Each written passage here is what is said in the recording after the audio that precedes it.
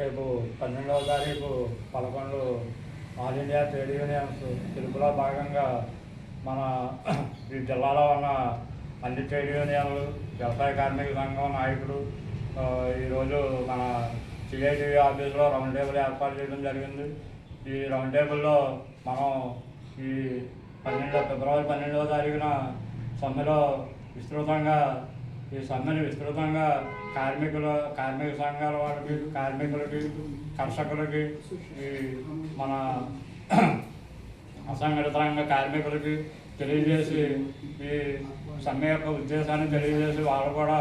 మనతో పాటు మన సంఘాలతో పాటు